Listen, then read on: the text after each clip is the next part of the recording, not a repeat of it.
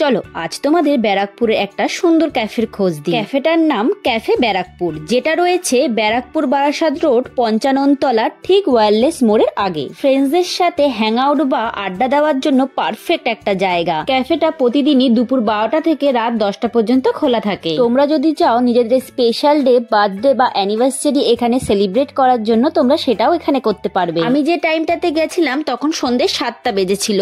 সেই টাইমে ক্যাফেটা মোটামুটি ফাঁকাই ছিল।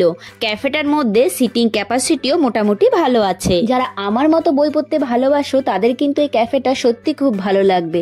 এখানে রাখা আছে বিভিন্ন ধরনের বই। তোমরা চাইলে এখান থেকে যে কোনো বই নিয়ে তোমরা নিজেদের মতো করে পড়ে আবার এখানেই রেখে দিতে পারো। তোমরা এখানে একসাথে veg, non veg, Chinese, Indian বিভিন্ন ধরনের খাবারের আইটেম পেয়ে যাবে।